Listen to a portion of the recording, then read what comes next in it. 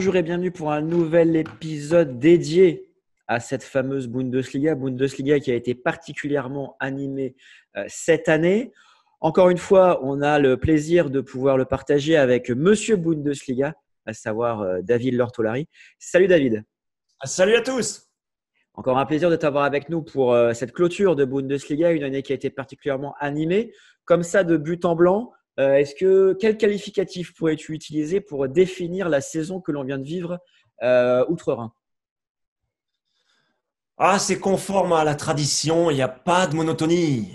Vous voyez ce que je veux dire? Parce qu'évidemment, le Bayern, 9 titres consécutifs, mais en dehors de ça, il n'y a pas de monotonie. Il y a toujours beaucoup d'excitation à tous les niveaux, pour trois raisons essentiellement. La première raison, c'est que beaucoup de grosses écuries se battent pour les places européennes. Ça a été particulièrement excitant cette saison avec Gladbach, avec Francfort, avec Wolfsburg, avec Dortmund, avec Leipzig. Ça a été la chose la plus excitante derrière le Bayern. Il y a aussi toujours une lutte qu'on peut appeler de dramatique sur le plan théâtral pour ne pas descendre, parce qu'avec 18 clubs, évidemment, un championnat assez resserré, on veut éviter l'humiliation, même si le mot est un peu fort, de descendre directement. Donc ça, c'est quelque chose qui occupe beaucoup les esprits 6, 7, 8 journées avant la fin. Et Ouais. puis, même dans le cœur du classement, des équipes surprises pour certaines, Union Berlin, Fribourg, qui fonctionnent bien, et d'autres plus décevantes, comme Offenheim par exemple, Mayence. Et donc tout ça occasionne tout au long de la saison beaucoup d'émotions variées, des montagnes russes. Et donc il n'y a absolument pas de monotonie, c'est toujours excitant cette Bundesliga, et ce format, moi, me convient parfaitement. Ok, nickel. Petite boutade, montagne russe notamment pour l'Eintracht de Francfort, qui a finalement été le dindon de la farce un petit peu. C'est quand même terrible. Donc, directement, on va commencer par le plus simple, le joueur de la saison. Qui est-il selon toi? Grand mystère. Oui, alors bon, le joueur de la saison, c'est quelqu'un qui vient de marquer l'histoire, et on emploie beaucoup le terme histoire, légende dans le sport, mais là, il y a quand même quelque chose sur quoi il faut s'arrêter. Robert Lewandowski a atteint, puis dépassé à la dernière minute de la dernière journée Oui. la barre mythique des 40 buts sur une saison de Gerd Müller de 1972. Robert Lewandowski est à présent seul devant avec 41 buts. Alors, il a fait des efforts énormes. Son équipe a fait des efforts énormes aussi autour de lui pour lui permettre d'atteindre ce score. Il l'a atteint une journée avant la fin en marquant un penalty contre Fribourg, 40 buts en une saison, et il l'a dépassé à la dernière journée après avoir manqué plein d'occasions, 41 buts. Finalement, pour Lewandowski, alors c'est amusant parce que c'est l'attaquant polonais vedette, et il a marqué contre un super gardien polonais, Gikiewicz, le gardien d'Augsbourg. Il y a plein de petites histoires dans l'histoire. Robert Lewandowski n'est absolument pas comparable au Gerd Müller d'il y a 40, 50 ans, parce qu'ils ont deux profils complètement différents. Ils ont un sens du but commun, ça c'est vrai. On n'effacera pas les performances de Gerd Müller, qui continue de garder plein de records aussi, notamment 365 buts en Bundesliga que Robert Lewandowski aura bien du mal à aller chercher. Il y en a 89 à marquer encore, je crois. Mais Lewandowski, quand même, a prouvé, notamment en marquant dans les livres d'histoire ce chiffre de 41, a prouvé qu'il était un attaquant très complet, qu'il était le meilleur joueur offensif actuel, me semble-t-il, sur la planète foot, au moins européenne. Et c'est une récompense pour lui. 6 titres consécutifs de meilleur buteur du championnat d'Allemagne. Ouais. Robert Lewandowski, évidemment, est l'homme de la saison. Parfait. Espérons que cette saison, il soit en tête de liste pour remporter le Ballon d'Or. N'hésitez pas à nous dire en commentaire si vous estimez que cette année, enfin, le buteur polonais devrait remporter le Ballon d'Or. On continue en évoquant cette fois-ci notamment, on va dire, les joueurs qui ont su tenir leur rang. On sait qu'en début de saison, énormément d'expectatives pèsent sur certains joueurs. Tu voulais nous citer 3 joueurs qui ont su tenir les expectatives qu'il y avait placées en eux en août dernier. Oui, on va les prendre dans l'ordre de connaissance, si on peut dire. Erling Haaland, le grand attaquant norvégien de Dortmund, est encore très jeune, mais dès le début de la saison, On attendait beaucoup de lui. On savait qu'à Dortmund, il serait l'homme qui pouvait faire des différences, notamment en championnat, notamment aussi, bien sûr, en Coupe d'Europe, en Ligue des Champions. Erling Haaland a tenu son rang. Il a connu quelques turbulences, quelques soucis physiques. Il a connu aussi les affres, parce que pour moi, c'est un piège de discussions quant à son avenir. On avait eu l'occasion de l'évoquer pendant la saison. Je me souviens, au mois de mars notamment, on avait commencé à parler des endroits où il pourrait éventuellement aller. Mais Erling Haaland a tenu son rang. Malgré sa jeunesse, il est déjà mature. Il répond présent quand on a besoin de lui. Il a marqué de nombreux buts. Il fait partie des meilleurs buteurs du championnat derrière l'inaccessible Lewandowski. Et ça a été le moteur sur le terrain et dans les têtes de Dortmund, y compris quand Dortmund allait mal en milieu de saison, et il a été l'artisan aussi du rebond. On a vu ces images où il serrait les poings, où il avait le visage défiguré par la hargne. C'est vraiment un jeune attaquant qui a clairement tenu son rang, encore une fois, rang qu'il venait tout juste d'acquérir puisqu'il est encore très très jeune. Très clair. Second joueur que tu voulais nous citer concernant ceux ayant tenu leur rang? Là aussi, un joueur très connu, surtout par la communauté portugaise, par les gens portugais, c'est André Silva qui a brillé énormément avec Francfort, qui a été avec Francfort l'homme, la machine à but, tout simplement. André Silva, l'avant-centre de Francfort, servi souvent par les centres ciselés venus du côté gauche de Filip Kostic. André Silva est à peu près le seul à n'avoir quasiment jamais déçu de la saison de Francfort. Malheureusement, l'Eintracht s'est un peu affaissé en fin de saison et devra se contenter de la Ligue Europa l'année prochaine, ce qui globalement est quand même son niveau, globalement est quand même son rang. André Silva a été une machine à but cette saison. Il a fait jeu égal avec Erling Haaland sur le nombre de buts marqués. À un but près, ils sont sensiblement à égalité. Donc derrière Lewandowski, encore une fois intouchable, c'est André Silva, l'attaquant portugais, qui a vraiment, vraiment tenu fermement son rang tout au long de la saison. D'accord. Est-ce qu'il y a des rumeurs qui enflent concernant un possible départ du Portugais? Oui, forcément, quand on a atteint un niveau comme cela, quand sur la totalité d'une saison, on a tenu fermement le classement des buteurs, qu'on a été la solution, comme on dit en basket parfois quand on doit débloquer une situation, mais c'est vrai dans le foot aussi, pour marquer les buts pour Francfort. Oui, il va être courtisé dans différents pays par des écuries plus grosses que Francfort. Le défaut, bien sûr, et on en revient toujours au même, pour l'Eintracht, pour le retenir, ça va être de ne pas accéder à la Ligue des Champions qui vient. L'Eintracht avait eu le nez fin en le faisant venir en prêt, en le faisant ensuite signer, en concrétisant sa présence. On aimerait clairement en Bundesliga qu'il confirme au long d'une saison, au moins une saison supplémentaire, les immenses qualités qu'il a démontrées cette saison. Très clair. Et est-ce que tu voulais nous citer un troisième joueur qui a su tenir son rang? Oui, Erling Haaland, André Silva et évidemment Max Kruse, parce que pour moi, Max Kruse, c'est le symbole de la merveilleuse saison de l'Union Berlin. Un joueur à fort caractère, un joueur hargneux, un attaquant un petit peu à l'ancienne, avec beaucoup de talent, beaucoup d'inventivité aussi. Max Kruse, il a été aux portes de l'équipe nationale. À un moment, finalement, il n'ira pas à l'Euro. Il n'est pas considéré comme un top joueur d'avenir actuellement par le sélectionneur Joachim Löw, mais c'est celui qui pour moi symbolise, parmi d'autres bien sûr, la très belle saison d'Union Berlin. Et si Union Berlin est arrivé jusqu'à une place européenne à la 34e et dernière journée, c'est notamment parce que Max Kruse a apporté le petit plus. L'équipe de l'Union Berlin est très cohérente, très cimentée, et lui a apporté la petite qualité supplémentaire pour marquer les buts ou pour faire les passes au moment où c'était nécessaire. Très, très clair. A contrario, quel serait ton top 3 des joueurs ayant déçu cette saison? Bon, là, il y a une vraie grappe qu'on pourrait citer. Symboliquement, on va en citer un à Dortmund, Parce que Dortmund, malgré la belle fin de saison, n'a pas été capable de faire jeu égal avec RB Leipzig et a fortiori le Bayern Munich. Et c'est aussi par la défaillance de quelques joueurs. On pourrait citer Thomas Meunier, on pourrait citer Nico Schulz aussi, le défenseur qui était en équipe nationale et qui finalement a rétrogradé. Mais je voudrais citer Julian Brandt parmi les joueurs qui ont déçu à Dortmund parce que Julian Brandt, là aussi, était un bel espoir de l'équipe nationale et toujours un bel espoir parce qu'il est encore très jeune.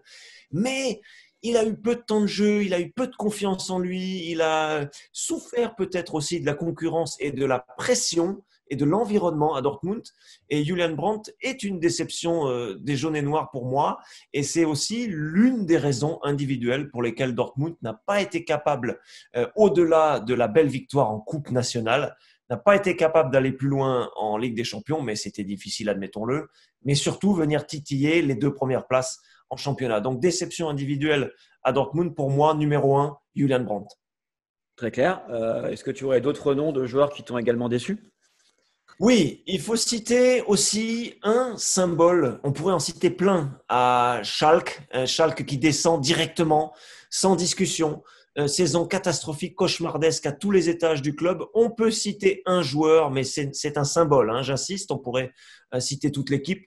Shkodran Mustafi est venu, le défenseur international, renforcer cette équipe cet hiver pour essayer de redresser la barre, de renverser la tendance. Et Mustafi n'a pas eu l'influence qu'on souhaitait de sa part, n'a pas été capable de stabiliser la défense, n'a pas été capable d'avoir une influence psychologique non plus sur Schalke. Alors, on pourrait citer les attaquants aussi. Certains ont été défaillants, certains ont été extrêmement irréguliers. Mais pour moi, Shkodran Mustafi, quand même joueur confirmé de l'équipe nationale allemande, n'a pas été capable de redresser ce navire en déroute. Et puis, en matière de symbole aussi, on peut parler d'un joueur qui n'a pas répondu aux attentes dans une équipe de pointe cette fois-ci. Après le départ de Timo Werner, le RB Leipzig avait choisi de disperser sa monnaie entre 2-3 attaquants différents, notamment le grand attaquant norvégien qui fait la paire avec Erling Haaland en équipe nationale de Norvège, qui est Alexander Sørloth. Recrue intéressante de Leipzig a priori, mais Sørloth n'a pas confirmé encore les espoirs qu'on avait vus poindre autour de lui dans les saisons passées, et il n'a pas été encore complètement, pleinement capable de s'installer dans la concurrence de la Bundesliga. C'est un grand attaquant puissant qui a marqué quelques buts intéressants, marquant, mais qui n'a pas été capable de tirer le RB Leipzig jusqu'à un niveau de concurrencer le FC Bayern. Donc pour moi, un symbole de la saison top, mais pas top du RB Leipzig, ce sont les insuffisances. Le terme est fort, je sais bien. Les insuffisances de joueurs comme Sørloth en attaque à Leipzig. On n'a pas réussi à remplacer Timo Werner encore au RB. D'accord. Puis dans le même temps, il semblerait que Timo Werner ne soit pas vraiment arrivé à Chelsea, donc comme ça tombe plutôt bien, vu sa saison. Et d'ailleurs, Chelsea qui a été qualifié en Ligue des Champions pour quelques buts de mémoire. On continue. En Bundesliga cette saison, selon toi, qui a carrément changé de statut, changé de dimension cette saison? Alors, il y a un joueur qu'il faut citer absolument, qui est Fabian Ortega, le défenseur, le gardien de but fantastique de Bielefeld. Si Bielefeld, qui est une écurie moins connue en Bundesliga que les principaux clubs, s'est maintenu sans trop de souffrance, c'est en particulier grâce à 2 joueurs. L'avant-centre Fabian Klos, qui est un super soldat, qui est là depuis 10 ans, qui rend de fiers services, mais qui n'est pas Lewandowski, soyons clairs. Et surtout, le gardien de but, Fabian Ortega, merveilleux gardien, très très offensif. C'est peut-être la révélation de la saison, le meilleur gardien de but en Bundesliga, le plus intéressant, très très fort sur sa ligne, très très fort dans les réflexes, très très fort dans l'instinct, l'improvisation aussi, et surtout très intéressant, Ortega, sur la relance, sur le jeu offensif. C'est un passeur redoutable, un passeur fou. Ce gardien de but, retenez bien son nom, Fabian Ortega. Bielefeld, c'est grâce à lui tout particulièrement que Bielefeld a pu se maintenir en Bundesliga. Pour moi, c'est lui qui a réellement changé de statut parce qu'aujourd'hui, n'importe qui d'un peu malin en Europe pourrait venir frapper à la porte de Bielefeld pour s'offrir les services de ce formidable gardien Ortega. Et Dieu sait que les clubs nécessitant un gardien qui offre une certaine sécurité ne manquent pas. Concernant les espoirs, et on va dire les joueurs qui ont su éclore et qui ne demandent qu'à continuer d'éclore cette saison en Bundesliga, est-ce que tu aurais des noms à nous suggérer? Ah bah là, je ne vais pas vous surprendre beaucoup, je pense. Il y en a deux qu'il faut cibler absolument dans un bilan de fin de saison de Bundesliga. Deux très jeunes joueurs, bien sûr, qui sont à la frontière entre le mineur et le majeur, bien Oui, sûr. Jude Bellingham au milieu de terrain de Dortmund, merveilleux, le petit anglais, petit international, courageux, téméraire même parfois, capable de tenir la baraque en milieu de terrain, alors que Axel Witsel a été longtemps absent, le Belge, alors que Delaney, le Danois, a manqué aussi certains matchs. Jude Bellingham a été brillant comme milieu défensif. Il a apporté de l'impact. Il a fait du balak parfois, c'est-à-dire il a su être méchant. Il a su aussi apporter le danger vers la surface adverse. Formidable joueur, Jude Bellingham. C'est l'un des tauliers à son jeune âge de la saison de Dortmund. Et chapeau à Jude Bellingham. Et dans un registre un peu plus offensif, un peu plus artiste encore, Jamal Musiala, évidemment, avec le FC Bayern, 18 ans, tellement brillant dans les courts intermèdes de temps de jeu qu'il a eu avec Hansi Flick et avec le Bayern, au milieu d'une énorme concurrence. Jamal oui. Musiala s'est imposé un peu comme Schweinsteiger l'avait fait il y a de longues années, parfois en milieu axial, parfois excentré sur le côté. Jamal Musiala a été du haut de son très très frêle gabarit encore, a été brillant, a été un formidable dribbleur, a été au service de ses coéquipiers, mais a su aussi garder le ballon de manière insolente quand c'était nécessaire. C'est un brillant technicien, un brillant petit artiste. Et le résultat, c'est qu'il a été appelé pour l'Euro dans la liste des 26 par le sélectionneur Jogi Löw. Jamal Musiala, révélation évidemment, capté par l'équipe nationale allemande alors qu'il aurait pu jouer pour d'autres pays et notamment les États-Unis. Voilà deux noms qui vont nous suivre dans la prochaine décennie. On est ravis de pouvoir voir éclore ces joueurs-là. Et enfin, on terminera par une question qui mettait en tout cas centrale, au-delà du joueur de la saison, des joueurs qui ont déçu, de ceux qui ont tenu leur rang, etc., etc. Qui, selon toi, est l'homme de la saison en Bundesliga? L'homme de la saison en Bundesliga, selon moi, c'est un grand monsieur. Grand par la taille, grand par les responsabilités et grand par le regret qu'il va laisser et les débuts de polémique qui sont justifiés pour moi, qu'il y a eu autour de lui ces dernières semaines. C'est l'excellentissime diplomate arbitre Manuel Greffeux, 47 ans, qui est atteint par la limite d'âge en Allemagne. Ça vous paraît peut-être un peu surprenant parce qu'on aime bien parler des vedettes, on aime bien parler de Hollande, Lewandowski, Mats Hummels et Manuel Neuer, mais là, je voulais passer quelques secondes pour citer Manuel Greffeux parce que D'accord. c'est la crème des arbitres, c'est l'homme de la saison. C'est un homme qui n'est jamais contesté, qui apaise toujours les situations, qui en impose sur un terrain avec un sourire entendu. Quand les joueurs viennent vers lui un peu énervés, il leur fait comprendre, les gars, cool, c'est un match de foot, ça va très très bien se passer, on va pas commencer à s'énerver. Manuel Greffeux a été un arbitre merveilleux.